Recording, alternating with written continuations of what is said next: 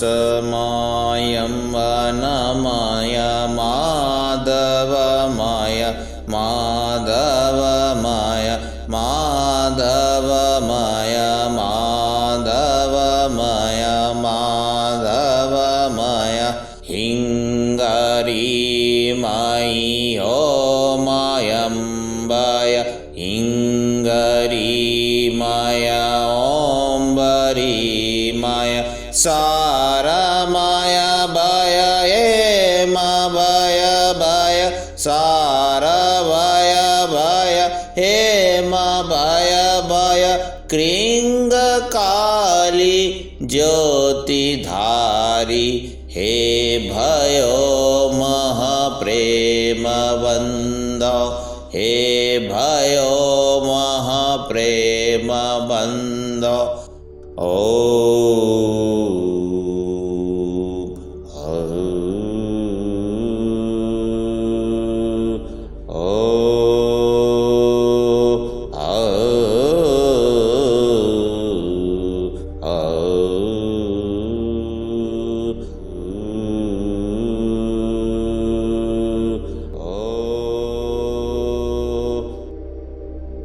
All my dear friends from various lands that are located on this planet, where you find food, where you find water, where you find air to breathe, trees that have their roots deep into the soil, from where they get water, from where they get nourished, and from those trees they form the sources of water that are there in your land, which helps you drink water, which helps you cultivate your farms, sow the seeds for your production, for your flowers, for your fruits, for your many needs, keeps all the living beings intact, keeps the entire ecology bound together. And that is why we all are here, communicating with each other, speaking to each other, talking to each other, being with each other. And that is the greatest truth, that is the greatest beauty of this beautiful creation created by the Almighty One. My dear friend, all this world, all this time, we have been waiting for this point of time in our life. The time has arrived for us to rise, to ascend from wherever we are right now. We must be somewhere, isn't it? We all are somewhere. We need to rise, we need to ascend, we need to get up and get moving. There is no time to waste, and still there is no need to hurry. Hurry is a big worry. Hurry is a concern. In the science of sadhana, or in the science of focus, or in the science of focused lotus, or in the science of meditating for a focused lotus, or in the science of meditating upon a blossomed lotus, or a lotus or a blossoming lotus, or a lotus that is yet to blossom.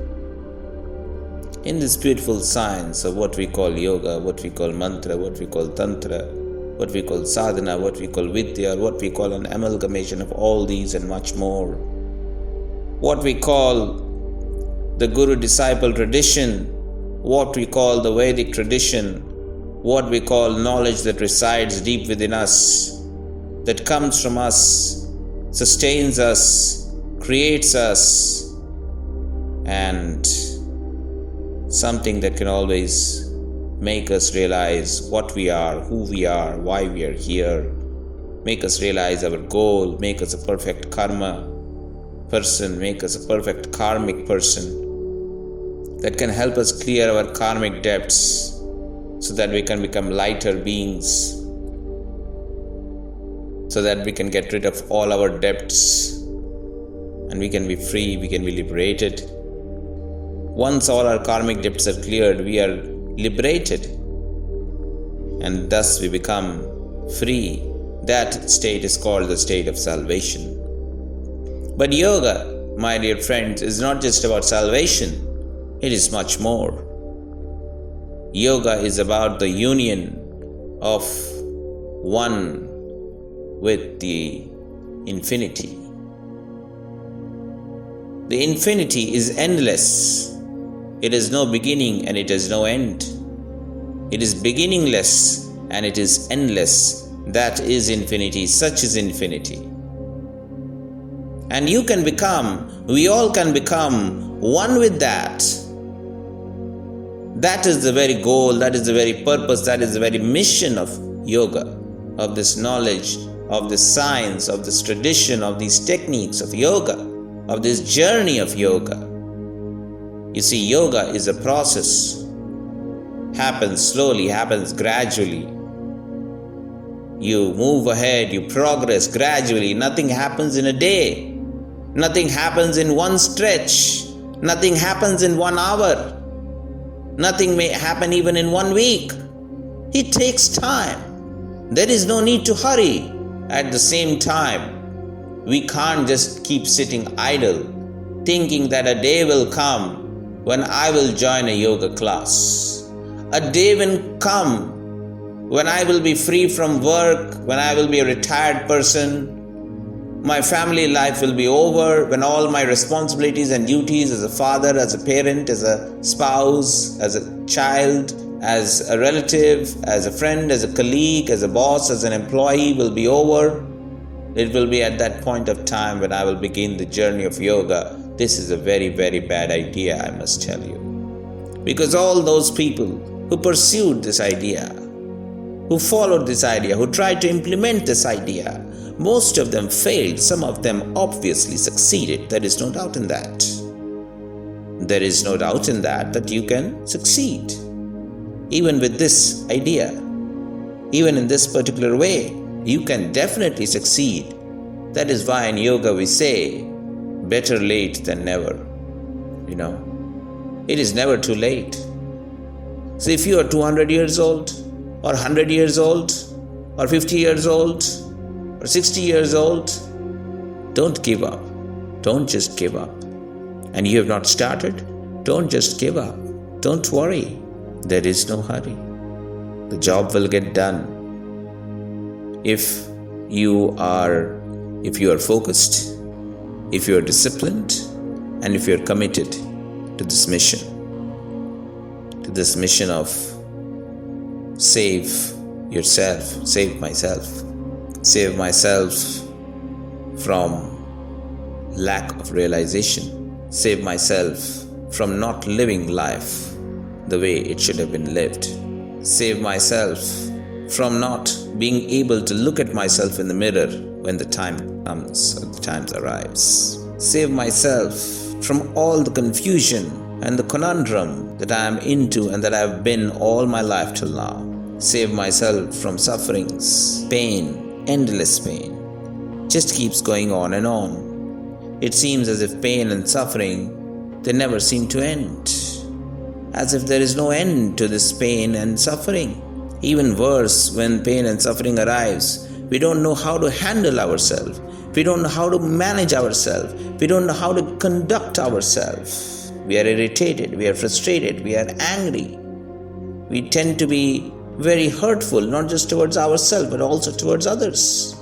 Our own dear and loved ones, we even end up hurting them. So it is very important to be aware. It is very important to be responsible. It is better not to repent tomorrow. It is better to take precautionary measures. And in order to take precautionary measures, we all need to wake up now. We all need to begin our journey now. Even if you are 15 years old, it does not matter. If you're 10 years old, you're probably not understanding me. So it's okay. If you're 5 years old, you're definitely not understanding me. So it's definitely okay. But if you're 15 years old, you may be able to understand me. But if you don't understand me, it's still okay. But if you're 20 years old and you're not able to understand me, then it's not okay. If you're 25 years old, 30 years old, and you're not able to understand me, then you're really putting yourself and your future in trouble. You're really wasting your time. You're wasting your youth, precious youth. If you're 35 or 40 years old and you're not able to listen to me, or if you're not able to understand me, then it's a shame, because you've got so much of experience. You've already gone through a few struggles in your life. You know what is pain. You know what is suffering. You know what is lack. You know what is past, present, future. You know the problems that your parents are facing today. You don't want to face them at their age, do you? You know the problems that your grandparents are facing today or may have faced one day. You don't want to face them, do you? You don't want to face a lot of problems that people around you are facing. Maybe you have been lucky till now. Maybe you won't be lucky tomorrow. So you need to start acting now. There is no need to hurry, but definitely you need to act. And if you're 45 or 50 years old, my dear friend, this is probably the best or the most ideal time for you to get going. Because after this, the descent will begin. Your body will begin to give up as well. Your mind will become weaker, your intelligence will become weaker, your senses will become weaker. There will be more problems in your life. So this is probably your best time. If you're 60 years old or 65 years old, you are at a ripe age, but it is still not late. You can begin. There is no doubt about that. If you're 70 or 75 years old, then don't worry. The journey is not over. You may be a bit late, but the journey is not over. You can still recoup physically, mentally, and definitely spiritually. If you're 80 or 85 years old, then you're like a fully ripe fruit. So this is your last opportunity. If you don't do anything now, you will miss the bus. Because you see, 84 is considered as a very auspicious age for a human being to end his life. So if you're 80, 82, 83, good time to begin and end the journey. Now if you're 90 or 100 years old, you may not be able to understand me. And even if you do, fasten your seatbelts, because we have no time left at all. If you're above this age, then also the doors are open. It all depends on the abilities of your present faculties, if you will be able to make it or not. If the faculties are still working, then yes, you can come and knock at the doors of yogic practice. Above that, you see, the rules are still the same. So, you know by now what a human being's life is like and what he or she needs to do. As far as the science of yoga is concerned, we all know that without a sound body, without a sound mind, without a sound pranic system, without a sound intelligence, without sound life energies, there is no question of escaping from pain and suffering. My dear friends, whichever age group we fall into right now, whichever country we live in, whichever state of body or mind we are into, whichever financial state we are into, there is only one way to escape from the confusion, from the chaos, from the suffering, from the pain. And that is the practice of yoga. And it is not just the practice of yoga, but the true essence of yoga, the true practice of yoga, the true science of yoga. I'm talking about the real truth. I'm not talking about unreal yoga, or I'm not talking about fake yoga, or I'm not talking about yoga that is based on guesswork, or that is based on hearsay, or that is based on someone's philosophy. or that is based on debate and discussions, or a form of yoga that is based on lies and greed and ego and pride. Not a form of yoga that is based out of sources that is not infinity. Any other source except infinity is not the ultimate truth. So any practice, we can label it as yoga, but that does not lead to yoga. That is not the real science of yoga that has been talked about in the Vedas or even before. A science that has always been there. It has been there since eternity. It has been there before this creation, and it will be there after this creation dissolves. The truth will never change. Science will never change.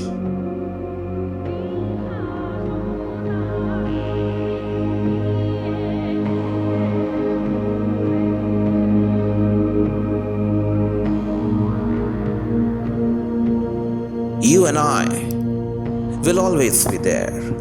Spirits are immortals. Physicality is destructible.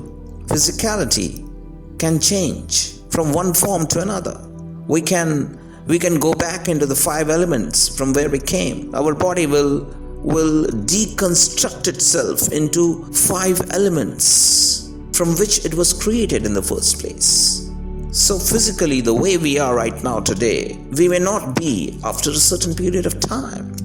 But as souls, as beings, as the individuals or as the ones who experience life, who experience existence, who experience emotions, who experience states, who experience realization, who experience bliss, who experience pain, who experience this world that we call Maya, will always be there.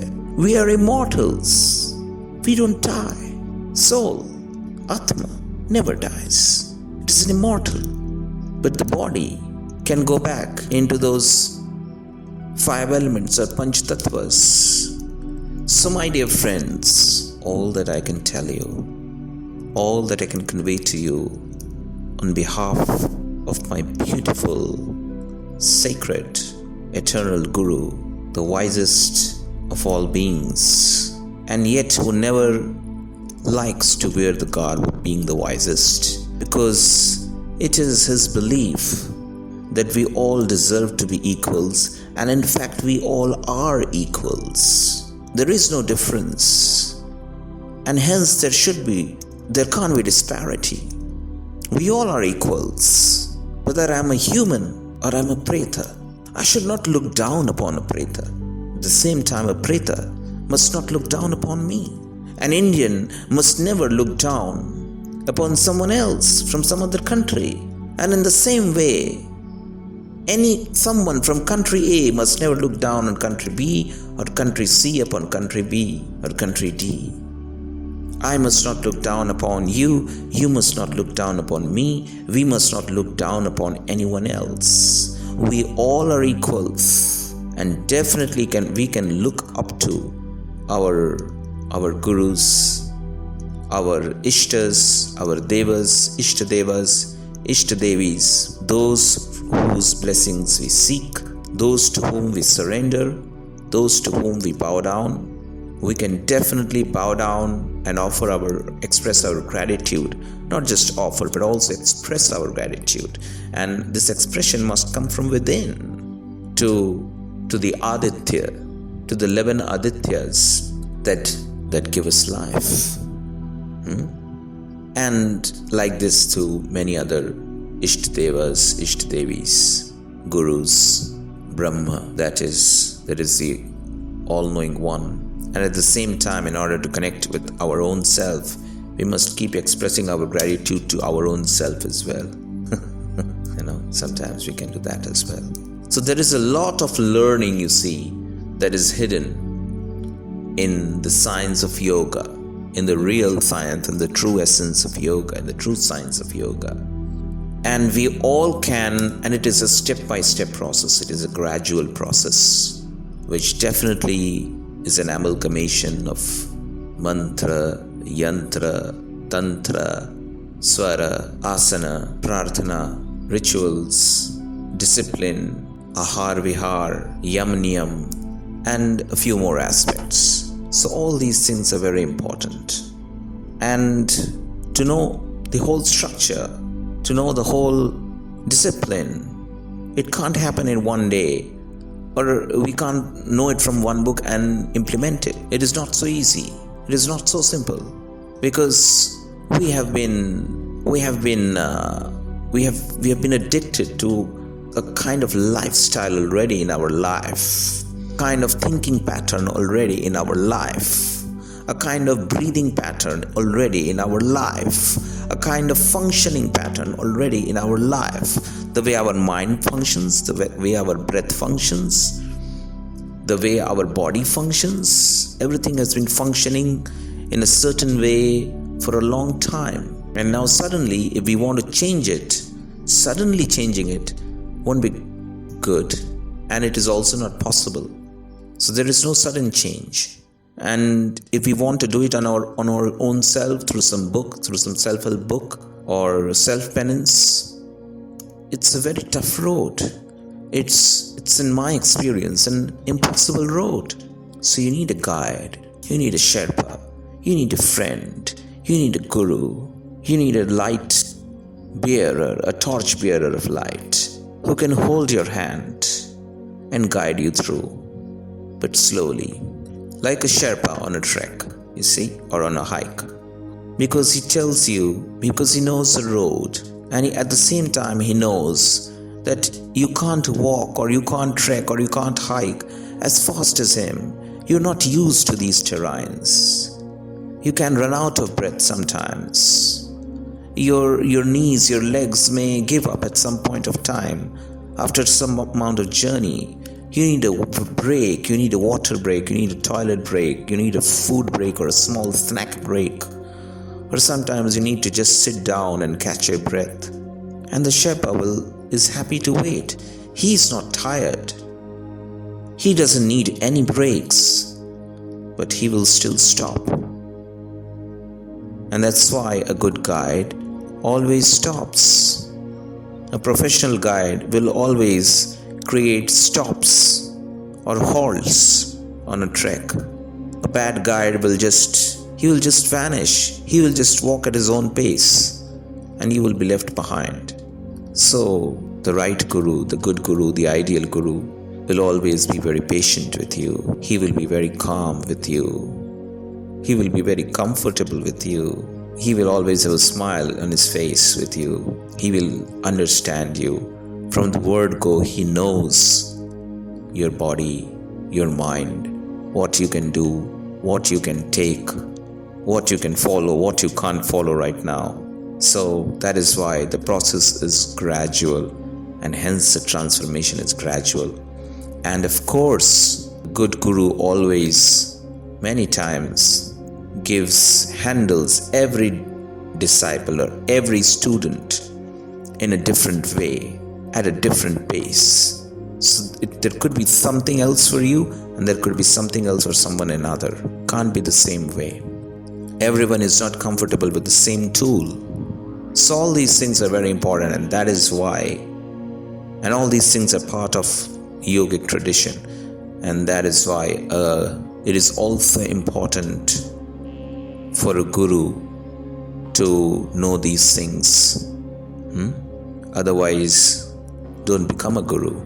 If you don't know all these things, if you have not realized all these things, if you have just one key for everyone and you want everyone to do the same amount of hard work and get the same amount of result in the same amount of time, it's not going to work, trust me. As far as the student is concerned, of course, if you get the right key, if you get the right guru, if you follow the rules, if you do what is possible to do for you right now. And most importantly, if you have faith, if you have trust in the Guru as well as on this path of yoga, on this science of yoga, things will work. Because only if you have faith, only if you trust yoga, then you will take the yogic steps or the yogic rituals or the yogic techniques seriously. Otherwise, everything will just be a joke to you. If you don't take something very seriously, it will not fall into place for you. But if you take something very seriously, it will 100% fall in place for you. So my dear friend, I would love to express my heartfelt gratitude to all of you, loved ones, light ones. Thank you so much. It has been the greatest joy of my life to be able to communicate to you, and we must definitely thank modern day technology for this. So, thank you very much.